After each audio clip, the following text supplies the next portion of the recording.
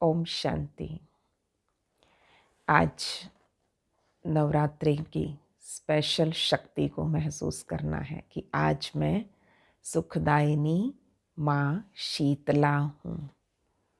तो आज शीतलता का गुण, प्यार का गुण महसूस करना है और अंदर से क्रोध विकार का, अवगुण का त्याग कर देना है और इसके साथ साथ महसूसता की शक्ति को बढ़ाना है। शक्ति लेंगे महसूसता की। तो आज माँ शीतला बनकर सबको सुख की किरणें देनी है। 19 अक्टूबर 2020 बाबा के मीठे महावाक्य हैं। मीठे बच्चे, तुम्हें अभी बहुत बहुत साधारण रहना है। फैशनेबल ऊंचे कपड़े पहनने से भी देह अभिमान आता है। बहुत महंगे, बहुत ब्रांडेड कपड़े जो पहनते हैं तो उनको अपने उसका भी देह भान बहुत रहता है। इसलिए बाबा ने कहा बहुत साधारण रहना है। प्रश्न है, तकदीर में ऊंच पद नहीं है तो किस बात में बच्चे सुस्ती करते हैं? तकदीर में ही ऊंच पद नहीं है तो किस बात में बच्चे सुस्ती करते हैं? उत्तर है, बाबा कहते बच्चे अपना सुधार करने के लिए चार्ट रखो। याद का चार्ट रखने में बहुत फ़ायदा है। नोटबुक सदा हाथ में हो। क्या क्या चेक करना है? कितना समय बाप को याद किया? हमारा रजिस्टर कैसा है? दैवी करैक्टर है? कर्म करते बाबा की याद रहती है। याद से कट उतरेगी, ऊंच तकदीर बनेगी। तो 4 बातें चेक करने के लिए नोटबुक सदा साथ होनी चाहिए। गीत है भोलेनाथ से निराला कोई और नहीं। ओम शांति। मीठे मीठे बच्चों के पास ये लक्ष्मी नारायण का चित्र घर में ज़रूर होना चाहिए। है ना सभी के घर में? और बड़ा सा चित्र होना चाहिए। सुंदर सा फ्रेम करा कर रखें ताकि सामने अपना लक्ष्य इमर्ज रहे और ऐसे स्थान पे लगा हो जहाँ पर हमें सारा दिन में दिखता रहे। तो लक्ष्मी नारायण का चित्र, इसे देख के खुशी होनी चाहिए क्योंकि तुम्हारा ये पढ़ाई का एम ऑब्जेक्ट है। तुम जानते हो हम स्टूडेंट हैं और ईश्वर पढ़ाते हैं। ईश्वरीय स्टूडेंट व विद्यार्थी हम यह पढ़ते हैं। तो सबके लिए एक ही उद्देश्य है। इनको देखते हुए बहुत खुशी होनी चाहिए।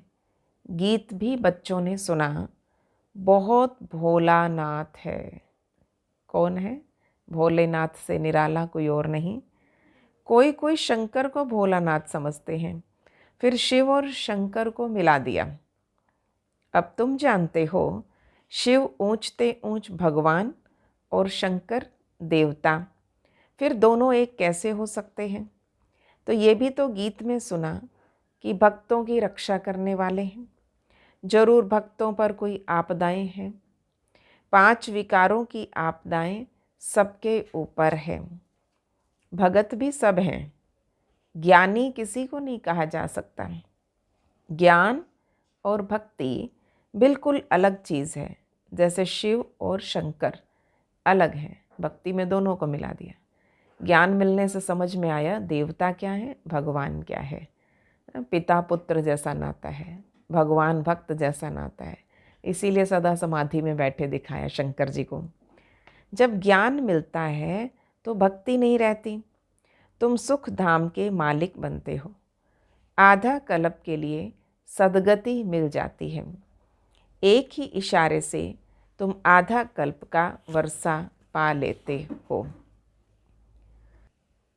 देखते हो भक्तों के ऊपर कितनी तकलीफ है।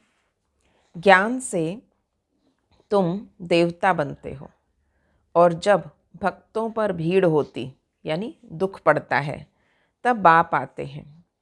बाप समझाते हैं, ड्रामा अनुसार जो पास्ट हुआ सो फिर रिपीट होना है। फिर भक्ति शुरू होती है तो वाम मार्ग शुरू होता है। विकारी बन गए साथ साथ, यानी पतित बनने का मार्ग। उसमें भी नंबर 1 काम। काम विकार ने सब बेड़ा गर्क किया सबका। जिसके लिए कहा जाता काम पर जीत पाने से तुम जगत जीत बनेंगे, वो कोई जीत थोड़ी पाते हैं। रावण राज्य में विकार के बगैर तो कोई का भी शरीर पैदा नहीं होता। सतयुग में रावण राज्य होता ही नहीं। वहाँ भी अगर रावण होता तो बाकी भगवान ने राम राज्य स्थापन करके क्या किया। बाप को कितना औना रहता है हमारे बच्चे सुखी रहें। धन इकट्ठा करके बच्चों को दे देते हैं। लौकिक माँ बाप खूब धन इकट्ठा करेंगे, खूब मेहनत से कमाएंगे और बच्चों को दे देंगे। परंतु यहाँ तो ऐसे हो नहीं सकता ना कि सुखी रहें। है ही दुख की दुनिया। ये बेहद का बाप कहते तुम वहाँ जन्म जन्मांतर सुख भोगते हो, अथाह धन मिल जाता है। 21 जन्म वहाँ कोई दुख नहीं होगा, दिवाला नहीं मारेंगे। ये बातें बुद्धि में धारण कर आंतरिक बड़ी खुशी रहनी चाहिए। तुम्हारा ज्ञान और योग सारा गुप्त है, स्थूल हथियार आदि कुछ भी नहीं। बाबा समझाते हैं ये है ज्ञान तलवार। उन्होंने फिर स्थूल हथियार निशानियाँ देवियों को दे दी हैं। देवियों का कोई हाथ ही खाली नहीं दिखाया, 6 हाथ 8 हाथ और कितने हथियार। शास्त्र आदि जो पढ़ते हैं वो लोग कभी ऐसा नहीं कहते हैं कि ये ज्ञान तलवार है। तलवार खड़ग सब दिखाया है, पर ये नहीं समझेंगे ये ज्ञान की निशानी है। ये बेहद का बाप ही बैठ समझाते हैं। वो समझते हैं शक्ति सेना ने शक्ति पाई तो ज़रूर कोई हथियार होंगे। बाप आकर ये सब भूलें बताते, ये तुम्हारी बात बहुत ढेर मनुष्य सुनेंगे। विद्वान आदि भी एक दिन आएंगे।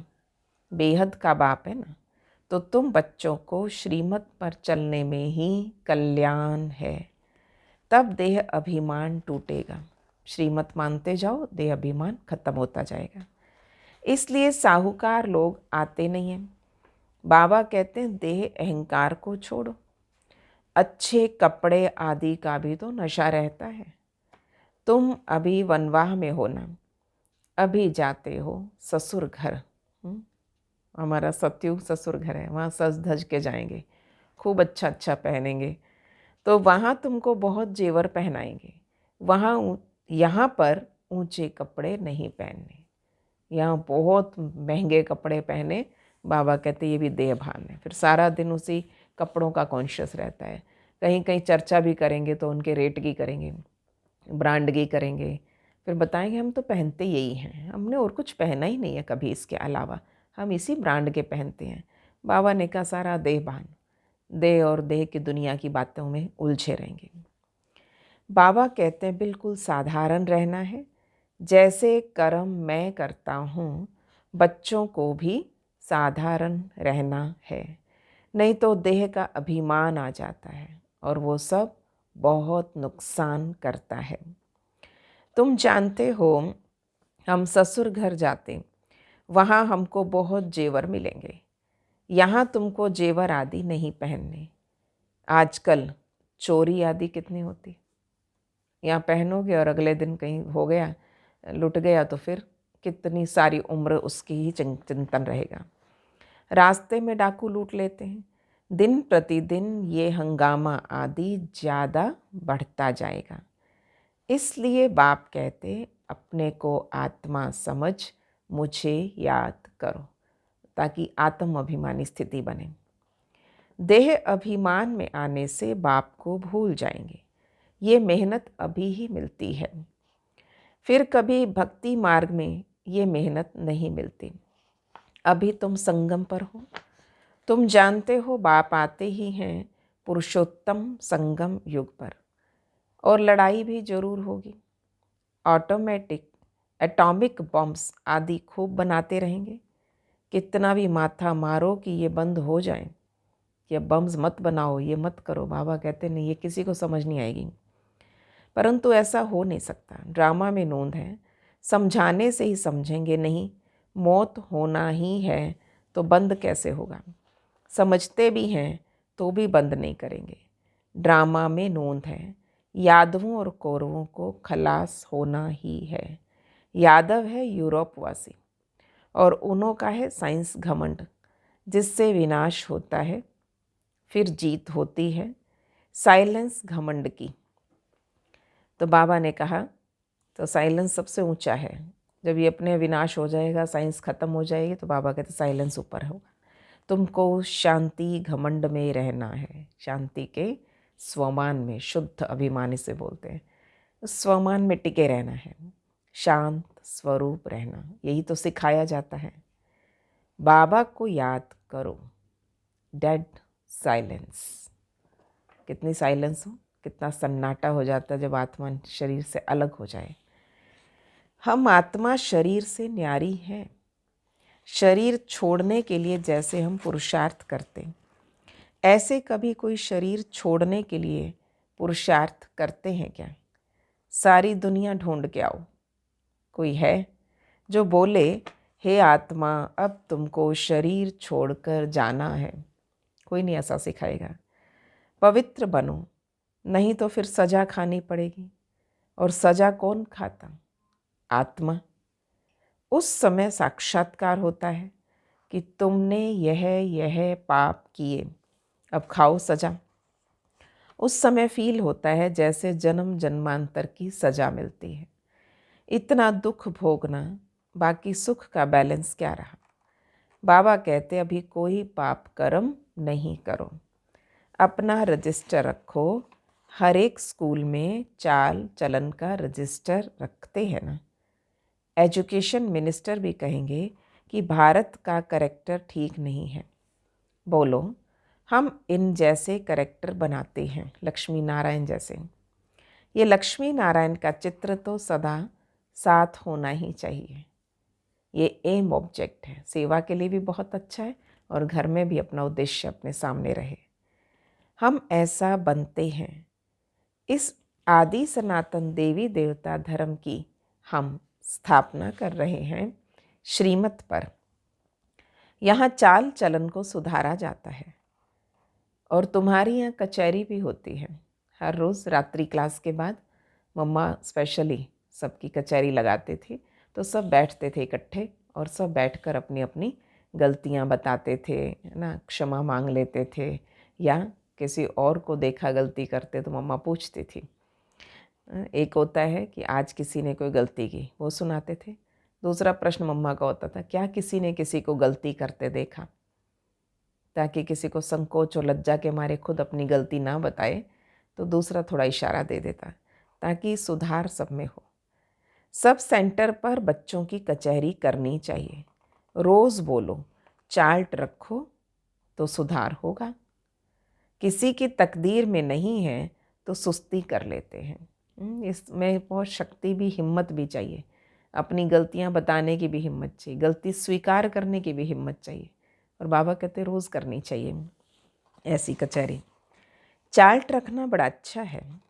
तुम जानते हो हम इस 84 के चक्र को जानने से ही चक्रवर्ती राजा बन जाते हैं। कितना सहज है। और फिर पवित्र भी बनना है। एक तो 84 के चक्र को जानना है और दूसरा पवित्रता। याद की यात्रा का चार्ट रखो, इसमें तुमको बहुत फ़ायदा है। नोटबुक बाबा कहते नहीं निकाला तो समझो बाबा को याद नहीं किया। बैठ के लिखो उसे। नोटबुक सदा हाथ में रखो। अपना चार्ट देखो, कितना समय बाप को याद किया।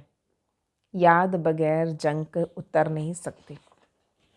कट उतारने के लिए उस चीज़ को घासलेट में डालते हैं। कर्म करते हुए भी बाप को याद करना है तो पुरुषार्थ का फल मिल जाएगा। कर्म हो बाबा की याद में। योग युक्त जितना अधिक है उतना फल मीठा है, उतना फल अच्छा होगा। मेहनत तो है, सारा टाइम बाबा की याद में रहना। ऐसे ही थोड़े ही ताज रख देंगे सिर पे, आपको राजा बनाना है मैंने, तो थोड़ी तो मेहनत करनी पड़ेगी। बाबा इतना ऊंच पद देते, कुछ तो मेहनत करनी है। इसमें हाथ पांव आदि कुछ नहीं चलाने। पढ़ाई तो बिल्कुल सहज है। तो बाबा इतना ऊंच पद देता है तो कुछ तो मेहनत करनी है। इसमें हाथ पांव आदि भी कुछ नहीं चलाने। कोई बाबा ने हठ योग क्रियाएं कुछ नहीं सिखाया ऐसा। तो कोई बाबा ने कहा पढ़ाई इतनी सहज बुद्धि में है, शिव बाबा से ब्रह्मा द्वारा हम यह बन रहे हैं। इतनी सहज पढ़ाई है, बस बुद्धि में रहनी चाहिए ये बात। कहाँ भी जाते हैं और बैज पड़ा रहे, बैज हमेशा छाती से लगा रहे, दिल में बाबा को बिठाया है ना। बोलो वास्तव में कॉट ऑफ आर्म्स यह है, बाबा त्रिमूर्ति के लिए बोलते, समझाने की बड़ी रॉयल्टी चाहिए, बहुत ही मीठापन से समझाना है। कॉट ऑफ आर्म्स पर भी समझाना है। जैसे हमारा राष्ट्रीय चिन्ह है तो बाबा कहते ये होना चाहिए त्रिमूर्ति का। प्रीत बुद्धि और विपरीत बुद्धि किसको कहा जाता है? तुम बाप को जानते हो। पहले बाबा चार्ट रखने की बातें कर रहे थे, बीच में कहा बैज लगा रहे, कॉट ऑफ आर्म्स पे समझाना सीखो। अब बाबा आगे अगले टॉपिक पे प्रीत बुद्धि विपरीत बुद्धि। तुम बाप को जानते हो। कोई कहते ना हम तो आस्तिक हैं, हम तो बहुत मानते हैं भगवान को। तो उनसे पूछना है तुम बाप को जानते हो। लौकिक बाप को तो गॉड नहीं कहते, वो बेहद का बाप ही पतित पावन सुख का सागर है और उससे ही सुख घनेरे मिलती हैं। अज्ञान काल में समझते हैं माँ बाप सुख देते हैं और ससुर घर भेज देते हैं। अब तुम्हारा है बेहद का ससुर घर, वो है हद का। वो माँ बाप करके 5-7 लाख या करोड़ दे देंगे, पर तुम्हारा तो बाप ने नाम रखा पद्मा पदमपति बनने वाले बच्चे, पद्मा पदमपति बनने वाले बच्चों को। वहाँ तो पैसे आदि की ही बात नहीं, सब कुछ मिल जाता है। बड़े अच्छे अच्छे महल, जन्म जन्मांतर के लिए तुम्हें महल मिलते हैं। एक बाबा सुदामा का मिसाल देते हैं कि चावल मुट्ठी सुना है ना, तो यहाँ वो भी ले आते हैं छोटे छोटे चावलों की पोटली बना के, सचमुच में लिटरली हम। तो अब चावल सूखा थोड़ी खाएंगे, तो उसके साथ कुछ मसाले आदि भी ले आते हैं। कितना प्रेम से लाते हैं कि क्या बाबा चावल खाएगा तो अकेला खाली चावल खाएगा। देखो भावना होती है। कभी उसके साथ दूध और चीनी ले आएंगे कि बाबा एक खीर बना लेना, कभी उसमें मसाले ले आते हैं, है ना। तो इस तरह से बाबा के भंडारा भरता जाता था। कितना प्रेम से ले आते हैं। बाबा तो हमें जन्म जन्मांतर के लिए देंगे। हम क्या देते हैं बाबा को? टोटल मिलाकर सारा देख लो, क्या दिया हमने अभी तक और क्या दे सकते हैं। बाबा ने जन्म जन्मांतर हमें दिया, दाता है ना। भक्ति मार्ग में तुम ईश्वर अर्थ देते हो तो अल्पकाल के लिए दूसरे जन्म में मिल जाता है। कोई गरीबों को देते, कॉलेज बनाते तो दूसरे जन्म में पढ़ाई का दान मिलता। धर्मशाला बनाते तो मकान मिलता, क्योंकि धर्मशाला में बहुत आकर सुख पाते हैं। ये तो जन्म जन्मांतर की बात है। तुम जानते हो शिव बाबा को जो देते हैं वो सब हमारे ही काम में लगाते। शिव बाबा तो अपने पास रखते नहीं हैं। इसको ही कहा सब कुछ दे दो तो विश्व के मालिक बन जाएंगे।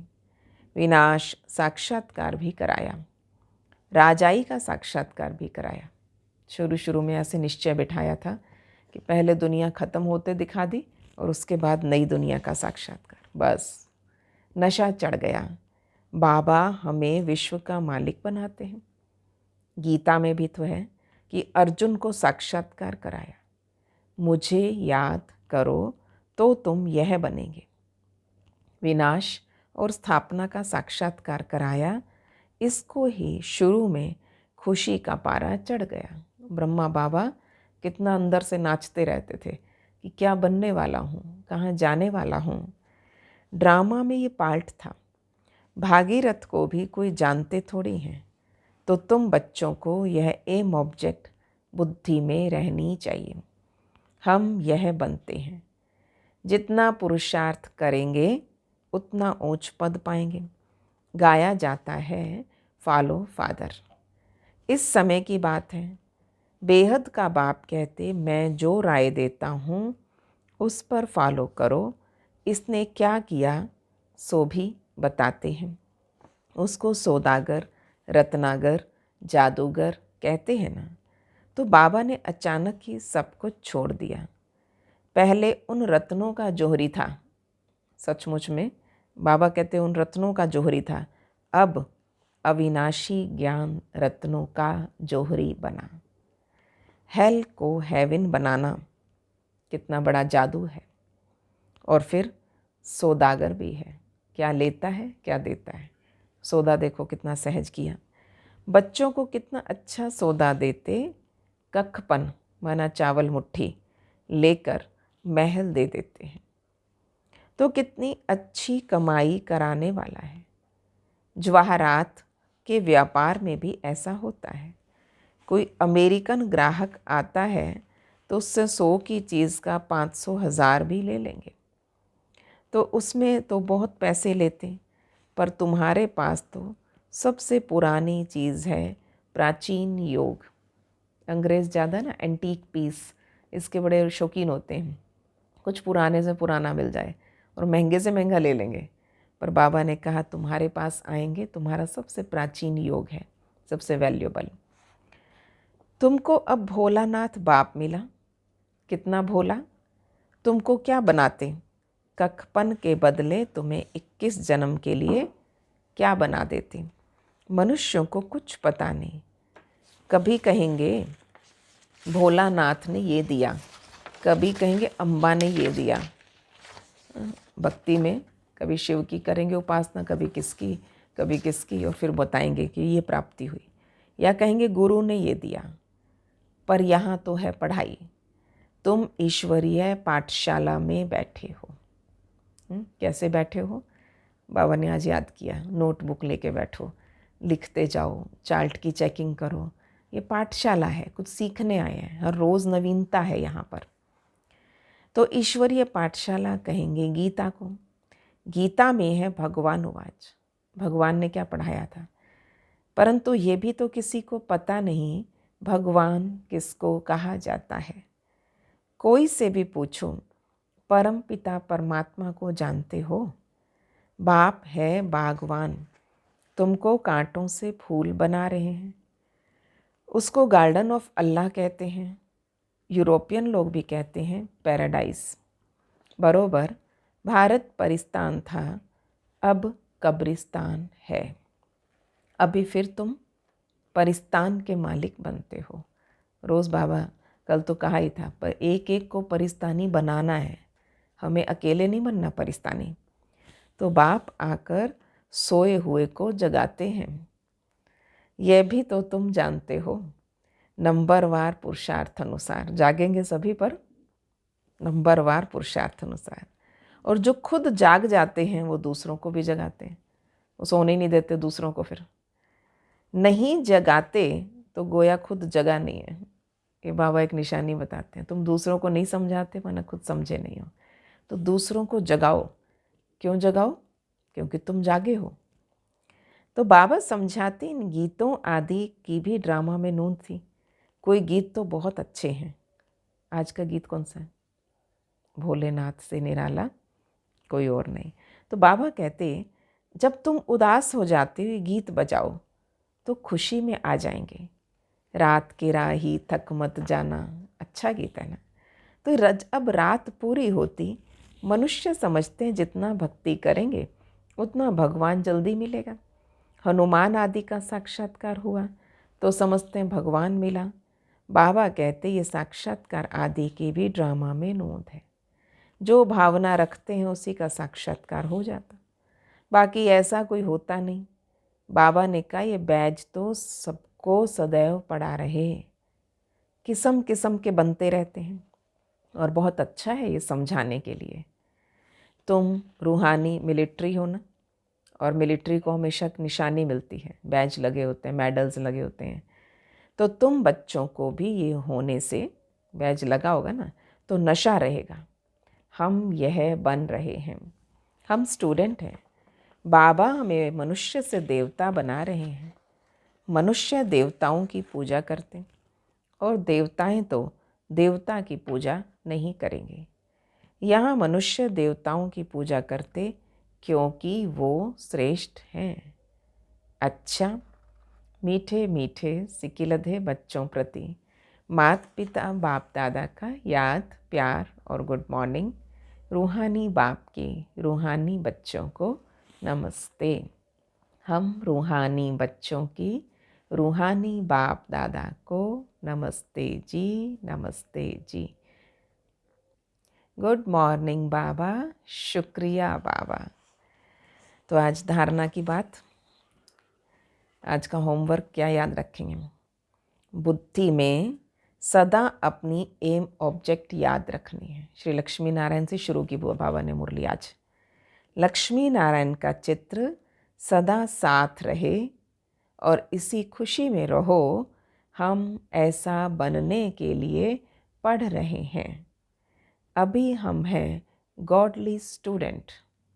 ये पहला पॉइंट। दूसरा, अपना पुराना कखपन चावल मुट्ठी देकर महल लेने हैं। कितना सफल कर सकते हैं, बस कर देवें। अंतिम समय चल रहा है तो चावल मुट्ठी दे के महल लेने हैं।